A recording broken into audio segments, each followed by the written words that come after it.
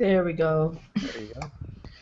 Yes, all right. So, what's going on, everybody? It is your girl, Saki, and I am hanging out on Google Live, Google Plus, Hangouts, Hangout. Get it? I'm here. I'm in your face. I'm on your iPad, your tablet, your Android, your iPhone, your MP3 player. If it got video capabilities, I'm on it all. So, just wanting y'all to know I'm not here by myself, though. I have my wonderful, awesome, nerd-loving sister, Mako, What is in going the on, building. everybody? I'm here. In the flesh. Yes, Oh my. you finally get to see our faces. So I'm here. So go ahead, say hello again to the people, Mako, so they can see your lovely chocolate face. Hi, everybody. It's your girl Mako. I'm chilling with my girl Saki, and we're just representing Next Gen Radio, and we are so happy to have our special guest with us. Yes, ladies and gentlemen, he is the man with the master plan. Now, some of you have seen the dating shows, you've seen the couples therapy thing, and you see, just the solid go-to, black couples, white couples, Asian couples, but you don't really see a lot of mixture going on. This guy right here is all about the mixing. Like, we taking marshmallows and chocolate, just putting them together. We taking coffee and cream and putting it together. If you want it with sugar or without sugar, it don't matter. It's all finna get mixed in one giant bowl, and we finna make a cake and bake it. So with that being said, ladies and gentlemen, I'd like to introduce you to Mr. Please don't kill me if I say your name wrong. Rainier Maninding. That's correct. Woohoo! Yes, yes, yes. So go ahead and introduce yourself and let the people know who you are. Sure. So my name is Rainier Meningding, and I am the blogger and owner of The Love Life of an Asian Guy. Yeah. Love life What's of an up? Asian guy. Now, how many women are probably looking at the screen going, "Oh my God, oh my God"? Because I first Zero. saw. Oh, he's so modest, you guys. We'll get into all that good stuff later. All right, so Mako, hit him with the 411. So now that you've introduced yourself, you mentioned that you are the inspiration behind Love Life of an Asian Guy. So Mhm. can you just tell us how did you get that started? Because that's how I actually found out about you, was through your social site on Facebook. Um, well, The Love Life of an Asian Guy started off as my own personal blog, and it happened when I first started college, and I was writing on MySpace, I was blogging over there, but then no one was on MySpace, everyone left Facebook. I was like, oh, well, I'm writing all these really great things, but no one's reading it, so I decided to start a blog. And initially, it was just, my thoughts and feelings about particular things, um, and then I remember I posted about, hey, I went on a date with someone, or, there's this girl that I liked, and it eventually started to tumble, and people started to like hearing and sort of peeking into this window in my life, and it started to snowball into just being all about relationships, not necessarily about what's going on with school, but what was going on with my dating life. Tracking from the time that I was 18 years old and single all the way up until now, which I'm with my girlfriend of over 3 years, and I talk about primarily interracial dating, from the perspective of AMXF, which is Asian male, non-Asian female. And I'll go to anything from culture, how to navigate yourself online. It primarily is geared towards my female audience, since that's probably about 90% of my target demographic. But I do have a subset of Asian men who watch it. So it's been it's been a while since I started it. So yeah, it's interesting. So you pull a lot of your information from like all of your colorful posts that you have on your blog. It's all just you. It's you. You're not proclaiming yourself to be an expert. You're just relating your relationship and your experience over these ever since you started. Exactly, exactly. I mean, I never try to say that, oh, I'm speaking on behalf of all Asian guys. Of course, I do think that some of the things that I talk about were overarching themes that do relate to a lot of Asian men. Um, but I always try to stress the fact that, you know, take the advice that I write about and I give to people, and realize that there might be certain nuances. If I say that, hey, take your Asian guy to eat sushi, well, maybe the guy that you're dating might not like sushi or whatever. So I think that in general, I try to be as specific as possible, but I try to relate as many of the readers as possible as well. Okay, great. Before I move on to my next question, Saki, do you have any comments about anything that Rainier said so far? Well, considering we just had a technical robot malfunction, do I have any questions? Are you sure you want me to ask my questions? Yes, we do. We're both here. All right. Rainier, pull up your britches. It's finna get down. All right. All right. I'm going to ask the question that everybody wants to know, which I'm sure you already mentioned, but they not going to get it that one time when you throw it up in there. Let's make it clear to the ladies. Are you available to the masses? In terms of? Relationship-wise, as in, are you a single Asian man, or are you a man of? 100% not. I am, I'm pretty much engaged to my girlfriend. Again, we've been together for over 3 years, and I couldn't be happier. I mean, honestly, we would legitimately get engaged right now if we had, the time and the funds to go ahead and, get a nice enough ring. But, we're happily in love. So I'm sorry, everyone. Now, ladies, don't cry, because just like us, there are plenty out there. So it is okay. It is okay. And of course, I'm pretty sure Rainier will touch on that later on. Any other further questions? Nope. We can move on to the next segment because I'm ready to get down to the good stuff. Well, that was really a great segue into my next question, because I really wanted to really hone in into your current relationship as to how you guys met and what has been able to keep your relationship alive and going, and just your thoughts on your perspective of interracial dating. Well, my girlfriend and I, Livy, we met actually on a Facebook group, which is semi-ironic since I'm always talking poorly about them.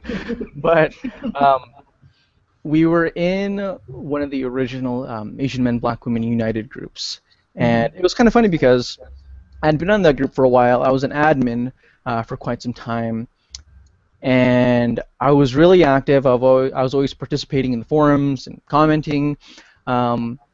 But Livy, I never really saw her say anything, and she, I wouldn't have even guessed that she was even there in the group. But one time, I decided, I'm going to see who the members are. There's like 1,000 or so people here in this group. Let me just scroll through. And I was scrolling through, and out of all the people that I was looking at, she was the only one whose profile I was like, hey, she's really pretty. Let me go take a look at her. And I clicked on her profile, and I was like, you know what? Fuck it, I'm going to add her, which I have never done, ever. So when I added her, she posted onto the group, and she tagged me, and she said, hey, I just noticed, Rainier, that you are in San Jose. You're in the same city as I am. And I didn't know that either, because, again, I mean, as vain as it sounds, when I added her, I just added her because I thought that she was really pretty. I didn't even realize that she was also in the same city as me. And then from then on, we were just like, hey, I know you're in this group, blah, blah, blah, blah. We started to talk a little bit, and eventually, we had the first meeting, and quite literally, from the time that we first met in person, we haven't voluntarily spent another day apart. Aside from the times where she, had to go to LA to visit family, or I had to go to visit some family as well, we've spent every single day with each other. So it's been really awesome. Goodness gracious, that sounds like me and my honey. We joined at the hip like conjoined folks. They know straight, they know going nowhere. Where you going? I'm going over here. Okay, I'll see you at work in like 3 hours. Exactly. Yeah, so that's definitely beautiful to see, that type of relationship happening between people of two different races. Hmm. Now, what I wanted to ask, which probably isn't on the list, is have you faced any hardship since dating someone who is not Asian? And I think this is a really good question to ask and for me to answer, because I think a lot of times when people go into the idea of interracial dating, there's always that question of, okay, so he's different or she's different. How are those differences going to collide, and what kind of problems are we going to have? Hmm. And I think it boils down to the main theme that my girlfriend and I talk about, which is that we connected with each other not because, oh, I was interested in black women or she was interested in Asian guys. The main reason why that we connected is because we had a shared similarity in terms of our morals and our values. We felt the same way about women in the workplace, or we felt the same way about education or certain social issues. About our values in terms of the relationship and what's considered cheating, what's considered not cheating, things like that. Those are the anchor points that really made us connect. It had nothing to do with my culture, it had nothing to do with her culture. And I think that oftentimes when you have people who try to go at it from that cultural perspective, where they're like, okay, I'm going to go date this Asian guy because I know that his culture, they drink tea a lot, so I like tea, so I'm going to go date him. It never works out that way, because you can't, you can't expect your relationship to be founded on those particular things. Because, truth be told, there are certain things about her culture and about her being black that I have no clue about. And there's often times where she'll say certain things and be like, "Oh, did you see this movie?" or "Do you know who this artist is?" And I'm like, "Ooh, I have no idea." Or I'll take her to, when we first started dating, I'd take her to restaurants and she had never known what it was like before. So I think that as long as the morals and the people and the person that you are connects, that's all you really need. Okay. Okay, and so for women who are non-Asian and who are interested in dating Asian men, where do you see from, I guess, other people's experiences that you've noticed, what have you noticed about black women and their approaches in approaching Asian men? Like, what are they doing wrong and what are they doing right?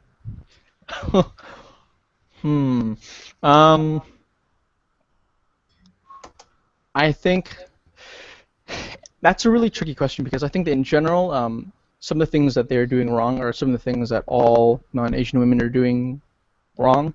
The first of which is, like I mentioned before, they're going at it from the cultural perspective, and they think that, oh, well, I heard that Asian guys, they have, they have good family values, or maybe they have, they like anime, or they like, drifting and Japanese cars and stuff like that. And I think that I come across that a lot, where people say, oh, hey, I really like this Asian guy, and I've been, addicted to anime and manga for several years. Do you think I have a chance? And I don't think that works. And I always try to tell people to think about it in the inverse, meaning if an Asian guy came up to a black woman and said, "Oh, hey, I just downloaded that new DMX album. Do you think that she's gonna really like me?" And I think that when I simply say that, a lot of times people will understand. They'll be like, "Okay, I get it." Because oftentimes, and I know that no one means any harm, but when people come up to me and say that stuff, they're like, "Oh, I'm really into anime, blah blah blah blah." You don't realize how bad that sounds from an Asian guy's perspective. Mm-hmm. So I think that would be one of the major things that a lot of black women or a lot of non-Asian women do wrong. But I think the other thing is that they just have a very set idea, not only of what the Asian guy is like, his particular values, because sometimes a lot of them think that we're all the same, like, we're all super studious and we're all going to be engineers, which we're not, unfortunately.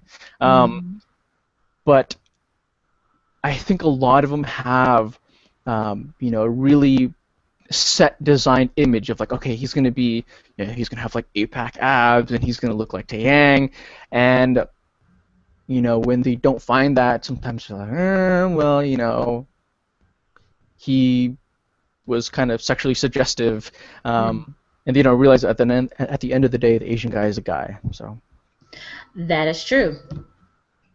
Very, very true. I think it's interesting when you meet someone from a different culture, like, you've got, say for example, you've got a South American man and an American woman that come together, and you're just like, how the hell does that work? It's like, wait, did she start eating more tacos or whatever it is they eat down there? Or, did he start trying to say, honey, I'm going to be like Antonio Banderas, just with a stronger South American accent? Oh my God. And actually, I wanted to bring up a point also that you sort of reminded me about. Another really big issue, in particular with black women that I've seen, is that I've seen a lot of black women who are very vocal about not wanting to date black men, and they'll say that, they'll say the typical things like, oh, I don't want to date them because they have attributes X, Y, Z, or I think that they are too good or whatever. But then they'll find Asian guys who are just like that, and it's like, you find an Asian guy who who's just like that, and it really doesn't make a difference whether he's black, white, or Asian. I think that they just think that simply because he's Asian, everything's going to be different. But if you pick from the same crowd of guys, it's going to be the same type of guy. Okay, so ladies, let me go on a real talk mode with y'all one time. A thug is a thug. That is Asian walking around. Y'all don't know that Asian mafia is something serious. I'm just saying.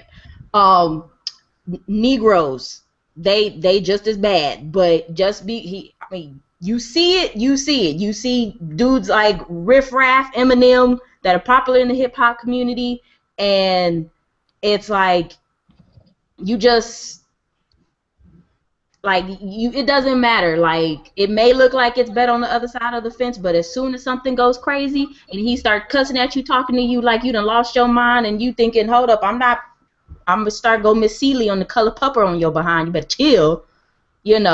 Ladies, it don't matter. Race don't mean nothing. Just do you and find somebody that works for you. If he's an Asian and he works for you, great. If he's a black man and he works for you, great. My honey is chocolate, dark chocolate, and I'm going to keep it that way. Just thought I'd let him know. All right. Go ahead. Yeah. Okay. I does that to her, y'all. I does it to her. Oh, did you want to add something, Rainier? Yeah. And I think that one of the biggest pitfalls about that particular predicament about trying to think that you can switch the race and the problems will disappear.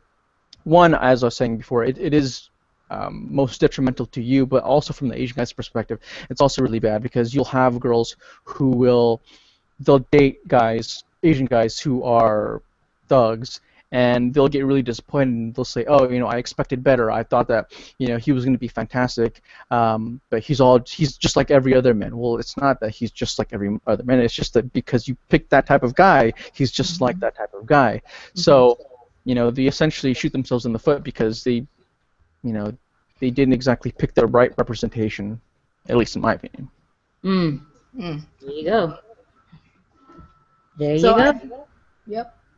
So I see a major problem, not in just black women, but also I guess in women in general, is that whenever they start getting into anime, watching K-pop, listening to K-pop and watching K-dramas, you see them having these expectations of Asian men, of Japanese men, of Korean men, of Vietnamese men, whatever they're watching, like that's their expectations. And then there's really a lack of that saturation of Asian culture here in the States due to how whitewashed our media is. So black women, white women, whoever they may be, when they try to approach an Asian man, they don't know exactly what to do or what to say, especially seeing there are Asian Americans, as in Asians that have been born, who have been born in America and, you know, have lived in the American culture.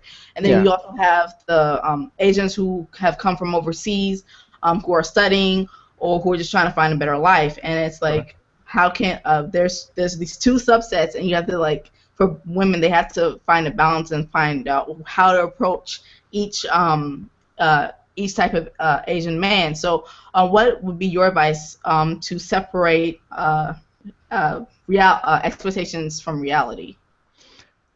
I would say that the very, very, very first thing that you need to do is you need to figure out first whether or not that guy is Asian American, or at least Americanized, and then you also have to figure out whether or not he is or if he is, you know, newly immigrated. Because I think that is one of the biggest things that people don't realize, because they make it into this really complex problem. Like, okay, he's Asian, you know, there are going to be all these issues that I need to face with culture and blah blah blah blah. But the thing is, if he's Asian American, chances are, if he is second generation, if his parents immigrated over here, but he was born in the States, most of the time he's going to be just as American as any other guy. I mean, there are going to be certain nuances and certain elements of his culture that will sort of pop in, but for the most part, you can just treat him like any other guy. The same sort of applies inversely to, say, for example, if an Asian guy were to date black women, there would be different ways that you would approach a black woman whose family was, you know, raised in Texas versus an African woman whose family, you know, immigrated from, you know, Nigeria. There are certain elements that are different, but so long as they're American, you pretty much can do the same thing to the Asian guy that you would with a white guy, with a black guy, and so on and so forth. Now, as far as managing the expectations of what they hear on K-pop and what they see and all that particular popular media, I would say to always look at it, as I was saying before, always looking at it from your perspective, or from the perspective of him. Meaning, how would you feel if he came up to you, whether you're white or whether you're black or Latino? How would you feel if he came up to you with the same approach that you're coming up to him? How would you feel if he came up, you know, if you're white and he was like, hey, you know, you like hamburgers and you want to go get a milkshake or whatever? Like, I think that as long as people can separate the fact that, okay, I'm not saying that you don't have to like anime or you don't have to like K-pop or whatever, but I'm saying that if you want to talk about it, if you want to bring it up, make sure that it's relevant to the conversation. I've had way too many people who have messaged me and say, oh, hey, I love your blog, I'm speaking Japanese and blah, blah, blah, and then they'll speak to me actually in Japanese. Oh my God. And it's, for me, it's incredibly, incredibly racist. Yeah. And again, I mean, only if the conversation, you know, calls for it, just don't bring it up. Points. I hope y'all are taking notes, because Lord have mercy. Let the church say yes. This actually brings up a really good point, because I know something that a lot of people do, or they just, whenever they see an Asian guy, they assume that they're Japanese or they're Chinese, when there's obviously so many other Asian men, you know, other ethnicities. So for women who see an Asian man and they don't know exactly what culture they're from, what is the best way to ask them without I don't know what looking or seeming ignorant. Okay, so Um, I would say I honestly straight up ask. I will say this. I will straight up ask, because where I work at, I deal with a lot of international visitors. I work in a hotel here in Austin, which is not far from Plano, so hey. But I work with a lot of people, so we have a lot of the diverse cultures come through, and so I'll just straight up ask. I'll hear the accent, and I'm like, well, if you don't mind my asking, where are you from? And mhm. I think that's the most polite way you can ask without seeming like, I guess, a weird bigot of some sort. I mean, because Yeah. some people take offense to it and others don't, but generally, most people say, oh, well, I'm from, Australia, or, I mean, especially if you hear it. I mean, but, or they'll say, I'm from, Japan, because we just recently had a lot of Asian visitors come in for a doctors conference, and that's probably part of that stereotype thing Mhm. where Asian men are smarter. So you see all these older Asian guys, and you're just like, how true is that? But so yeah, but I think that would be the best way. Is there another way, or? Yeah. My my personal advice, and this might um, be harder to digest for some people, although maybe not, is to actually learn what you can figure out the type of Asian someone is simply by their last name. Um, Hmm. I remember, in college, having worked in sales, you're always like swiping someone's credit card, or you're working on an account and you see someone's last name. I can immediately tell whether they're Chinese, whether they're Japanese, Korean, Filipino, whatever, instantaneously. Pretty much. I mean, I probably have a 95% success rate at that. And if you can figure out, if you can detect what type of Asian a person is simply by their last name, the only question you need to ask is not, oh, where are you from, but hey, what's your name? So I would say that would be the smartest, most discreet way of asking, because again, like I was saying, if you're trying to look at it from the inverse perspective, imagine an Asian guy who, he's a tourist, an Asian tourist who comes up to a black woman and he goes, "Oh, what part of Africa are you from?" It's kind of Yeah. like you, even though and I think that Americans in general are just, they tend to be curious, but their curiosity, um, it overshadows any sort of form of decent manners. So I Mhm. would say that one, figure out the whole last name predicament and try to see if you can distinguish between which is a Korean last name or a Japanese last name. Um, but I think more importantly, just try to refrain from asking, Mhm. because my thing is, okay, so you know that he's Korean, or so you know that he's Japanese. I mean, is that going to change anything? If I told you I was Korean, are you going to treat me a certain way? If I told you I was Japanese, are you going to treat me as a different way? How is that going to be relevant to the progression of the conversation? And I think that sometimes people, they feel like, oh, well, I'm asking because I traveled to Japan, or blah blah blah blah, and I want to go ahead and talk to him about that. Okay, well, you know, I don't want my race to be um, your ticket to start talking to me about Filipino culture. I Uh-huh. want to talk about it if we're bringing it up. Mm. Then, and I think that would apply to anybody of any Hmm. race, really. I mean, you've got the whole ordeal that, oh, you're black. Oh, great. Well, are you from Chicago? Yeah, yeah, What? No. Oh, you're in Texas. Are you originally from Houston? No. Like, I didn't know all black people swarmed from Chicago or Atlanta or someplace or Compton for pre. I mean, yeah, really? And I've had people ask me that. Oh, you from what part of Cali? I'm like, I'm not from no Cali. I'm Texas, born Texas, raised. Move yeah. around.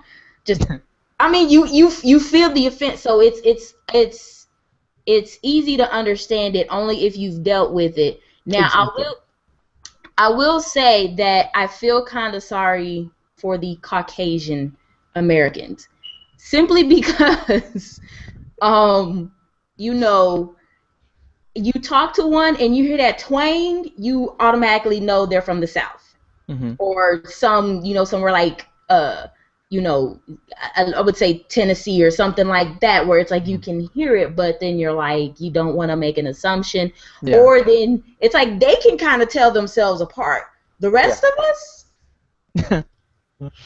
not really. I had a man ask me if I was from the Midwest, and I said, not really. I was born and raised here. And he's like, you sound like someone who's from like the you know, Michigan or, you know, Ohio area. And I'm like, Yeah.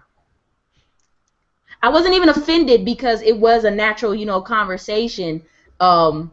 You know, just kind of brought it smoothly. It was a smooth transition. It wasn't what started it, but it was just kind of a smooth transitional thing. So people, I would personally encourage you. I'm pretty sure Rainier and Mako would agree that, you know, don't get offended too much if someone looks at you crazy for what you say. It's all a common sense thing. Yeah. I want to keep saying Caucasian, but the true me is just like, look, white people, we love y'all, but don't trip when we say you will never understand what we go through. So all in all, just love everybody, love each other. Why is this camera zooming in on my zits? I mean, I'm just saying. It's for that dramatic effect. I'm saying it's like dun dun dun. And as I get closer to the camera, it zooms out. What? Okay. See what I gotta go through, y'all. Okay. So I'm assuming our next segment. Are we moving on to the next segment, Mako, or did we want to touch base on? Yeah, I think we can move on. So we basically got some good background on you as well as your thoughts on interracial relationships. Yes. So now we're here, and you've had your blog, and you've been in these groups of Asian men and non-Asian women, and you're seeing all the mess that's going on in those groups, and you're just like, I'm sick of this. We need to find a new way to approach talking about this. So you decided that you would make your own group, which is currently now live, and that me and Saki both are currently participating in. So under my real name, by the way, I don't use the Saki profile on there because I don't want nobody confused about who these two black girls that look alike. Ain't no twin. Yeah. Here's a challenge for our viewers. See if you can figure out who we are. Anyway, I just want to know, can you just tell us more about your group and tell the viewers what they can expect if they decide to join? So the group is called Ichiro and Juliet, which is a play on, of course, Romeo and Juliet. Now, the reason why I wanted to make this group, and I've been in contemplation about creating an AMXF group for years. I mean, I had been thinking about it for years, but I never really knew what kind of format I wanted to do. And the way that Ichiro and Juliet works is it's not so much a Facebook group as it is a Facebook interracial dating magazine, I guess you could say. And the dynamic is different in that whereas most Facebook groups, anybody can post anything about anything at any time, Ichiro and Juliet only allows the editors to post. Now, the reason why we do this is because some of the primary issues about these normal Facebook groups for AMBW or AMXF, there's a lot of drama. People are always arguing with each other. They're always starting threads. Oh, hey, this conversation is now about light-skinned women versus black-skinned women. Go discuss. And people are just instigating a lot of issues that don't need to be discussed. And then there is the issue of a lot of people who are incredibly thirsty, so they're posting pictures of themselves half naked. And so by having it where only the editors can post, you don't see any of that. I chose my editors because they were, they're specialized, or they had a specialized interest in the topics or categories that they're writing in. So I have someone who's writing about K-pop because she loves K-pop and she's been, following it for years, and she goes to the concerts and she's very aware of what's going on. I have people who are writing about, online dating or sex and relationships.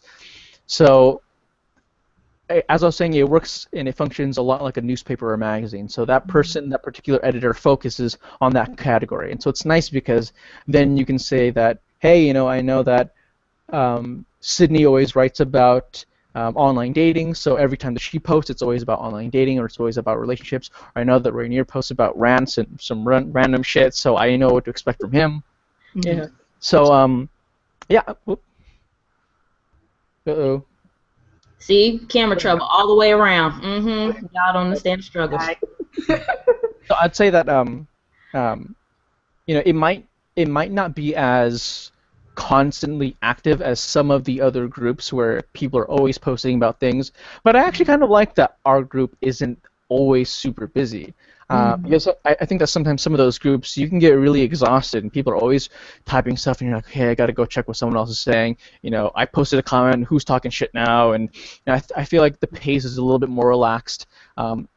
We haven't had one instance of drama or thirst or anything like that since we've opened at all, and this has been about a month, which I'm really, really excited about. I'm really happy. But yeah, I mean, I think that my biggest takeaway is that I want it to be a resource for people who are interested in the AMXF community.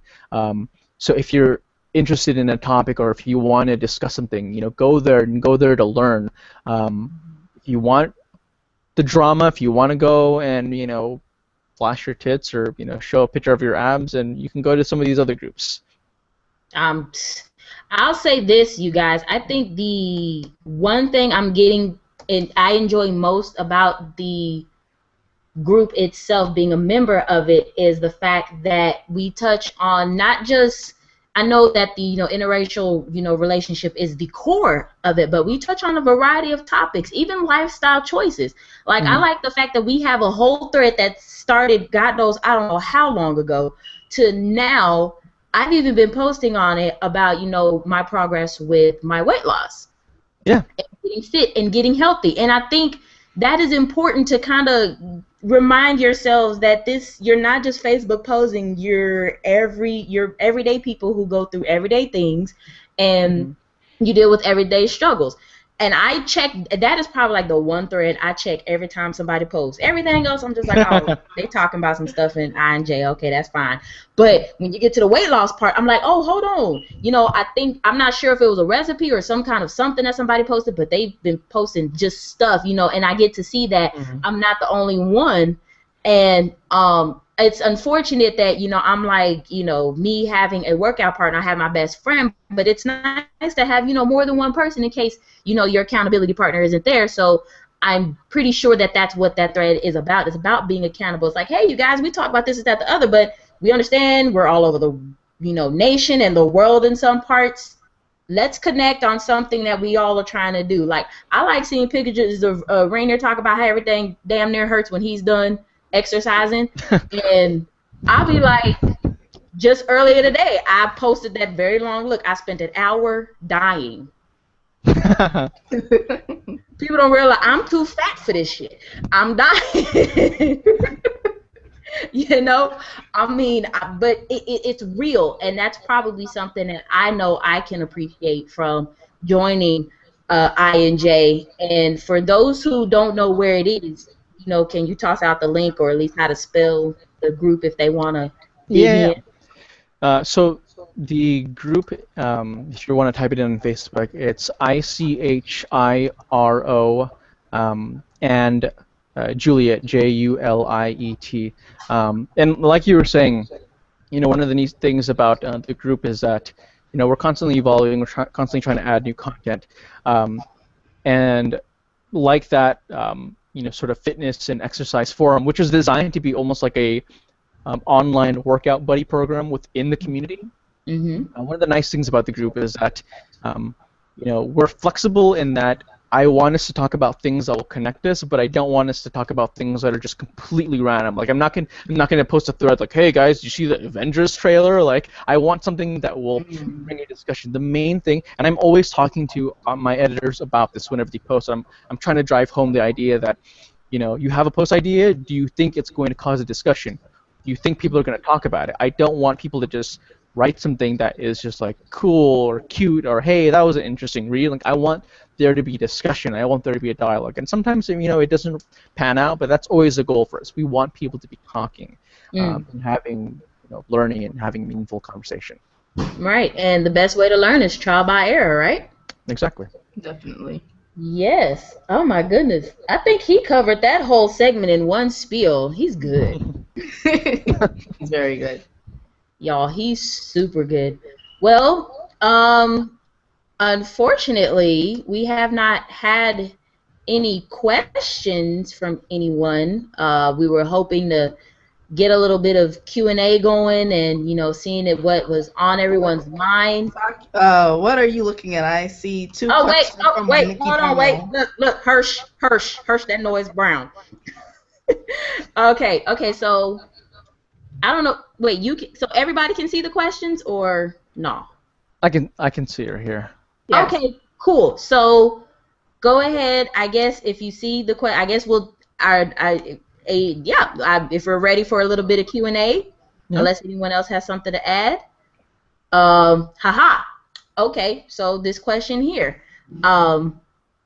Nikki Daniel asks to all you watchers there, I'm a bit concerned about the sudden AMBWBWAM, Asian male, black woman, Asian male movement, because I see a lot of exploitative activity on both sides.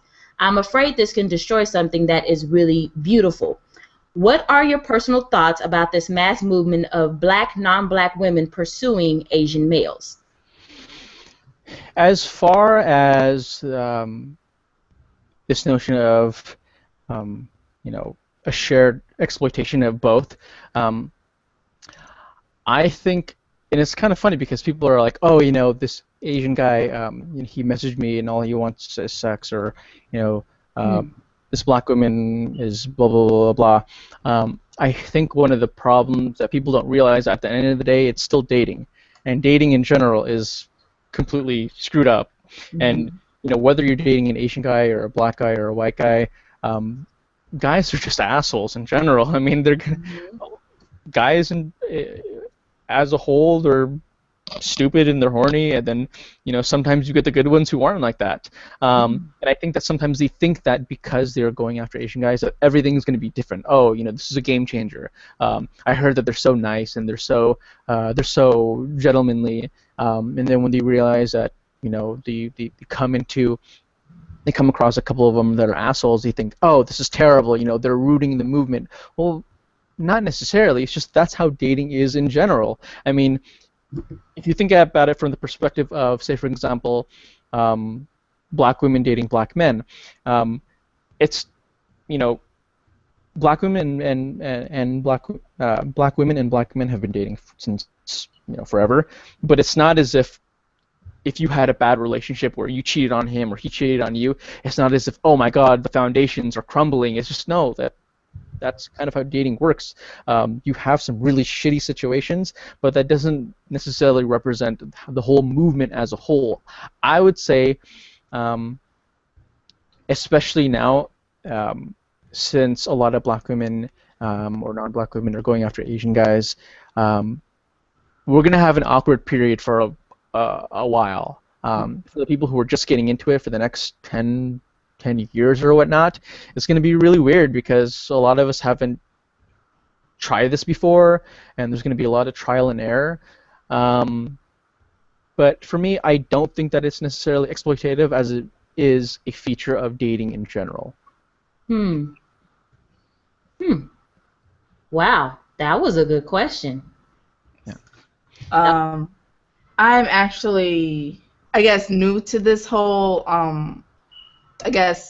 interracial dating because, well, to start off, I don't date that much in the first place. I guess my last official relationship, if I can call it that, was back in high school, and I was just like one of the black guys that I went to school with, and so I've been at my university going on 4 years now, and we do have a really large Asian population. And I've always personally found it hard to really get into, learning more about, the Asian men here because either one, they're not interested. Two, I go to, all the Asian interest groups, such as like the Asian American Association or Korean Student Association, and I go and it's like, yeah, I'm here and I'm kind of like the only black, well, one of the black girls there, and I'm like, okay, so how am I supposed to approach these guys? Are they interested? I know it's a question that you get tired of hearing is, do Asian men like black women? And there is a legitimate reason why you keep getting that question, because some women, some black women, I guess like me, just don't know if Asian men in her area are really attracted to them. Mm-hmm. As far as the question of do Asian men like black women, again, it's sort of the same answer that you would give to any variation of that question, whether it is do Asian men like Indian women, do Indian women like Nigerian men, and the answer is sometimes. Sometimes they do, sometimes they don't. Some of them do, some of them don't. And I think that when you try to answer that question in a definitive yes or no, you start to run into a lot of problems, because if you say no, then you're like, oh God, well, why are they like this? Are they racially ignorant? Are they, oh, they only want to date Asian women? But if you say yes, then you set a high expectation. Oh, they all do. Okay, all right. So there's a guy over there. I'm gonna go talk to him. Oh, he doesn't like me? What the hell, Rainier? You told me that they were gonna like me. Like, and I think that, it's the same exact question as if you were to propose, do black women like onion rings? Some of them do, I guess, and some of them don't. Yeah. It's Right. the same thing. And I think that a lot of people are asking that question, and I don't think that they're doing it ignorantly. I think that they're legitimately curious. But as I was saying, it sets a really high standard for what they in particular expect from Asian guys. So just realize that just because an Asian guy that you're talking to didn't go after you or didn't pursue you or didn't respond back to you doesn't mean that all Asian guys don't like you. It's just that guy didn't go after you. Very true. That's a very good one. Okay, so I guess my one little tidbit would be, I know a while back, Mako and I, under our old moniker After Dark Radio, we did a show. I'm pretty sure she knows where I'm going, and I'm pretty sure he can pick it up. We did a show called The One About Peentis, and we spelled it Peentis. Mm-hmm. And the facts. Mm-hmm. The measurements did not lie. I went back and looked myself and damn near fell out of my chair. But and I also did my own little research. Why is it zoomed in on my shoulder? Come on, camera, work with me. Thank you. I think everybody likes fuchsia, but not that much. I think the myth that Asian men are Captain Leafy Woodles. Mm-hmm. Ladies, no. No. Please don't believe that. Oh, they are not. They're just like any other, Lord have mercy, any other male, in my opinion, from what I've seen, because I had an Asian ex who was larger than average. Mm-hmm. Don't ask me about that. None of y'all business, but I'm just saying. So, you want to clarify that? Definitely. Okay, so here's what I want people to take away. A couple different things. The first of which is the fact that most people believe a lot of what they hear. And in particular, if you say that, oh, there's this study that I saw, or there's this statistic that I read, and sometimes it's hard for people to get over the fact that statistics, they can be skewed so easily. I mean, so easily. I mean, if you think about it, 100 years back, they thought that black people had smaller brains because, oh, their heads are shaped differently, or blah, blah, blah, blah. The point being that if you want to prove something, if you really want to prove a point with science, there's a way that you can go ahead and go about it. So say, for example, you want to prove the whole Asian stereotype. All you have to do is find guys who fit that mold, and you interview 2 of them and say, oh, out of the 2, or out of the sample size that I collected, it shows that 100% of them are, less than average. So I think that my first thing is to really think about statistics. And one of my professors said, when it comes to statistics, you have to look at who is creating the statistics, because oftentimes statistics that are published, they tend to be from middle to upper middle class white men. And when you look at that whole study about the whole, the average penis thing, most of them are from American white guys or European guys. And if you look, there's, for some reason, and if you look at the different types of studies, because there's a bunch of them, for some reason the measurements change like every year.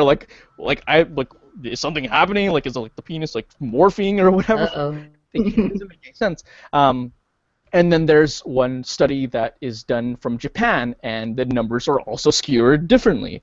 So on the issue strictly of statistics, just think about the fact that, does this person who is publishing the statistic, do they have an incentive to show off a certain result? Do they have an incentive to make European men look larger? Do they have an incentive to make Asian men look smaller? Again, just something to consider. But on the larger whole of it,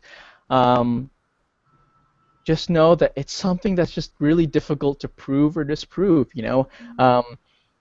It sucks because, say for example, for women, if you say a stereotype, Asian women have small boobs or whatever, you can look at them and you can decide whether they do or whether they don't. And the truth is, it's diverse. Some of them do, some of them don't.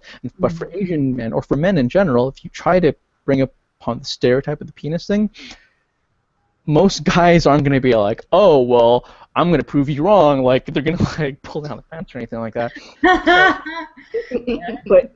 So you're sort of in a catch-22. If you say that, if they say that, oh, you're small, if you say yes, then you're admitting that the stereotype is true. If you say that it's not true, then you have to prove that it's not true. How do you prove that it's not true? Do you pull down your pants or not, or whatever? So it's annoying, It's that's why for me sometimes I'll just post a link to a particular site where you can see for yourself. I won't say it out here, but. I'm gonna say, if it got anything to do with nudity and Asians, I'm all for it. I'm just kidding. Okay, look, I'm gonna tell them what to do. For all y'all who know y'all Google, Bing, Microsoft, MSN, whatever, just type in these 3 words: naked Asian male. You're done. Hit images and see what you see.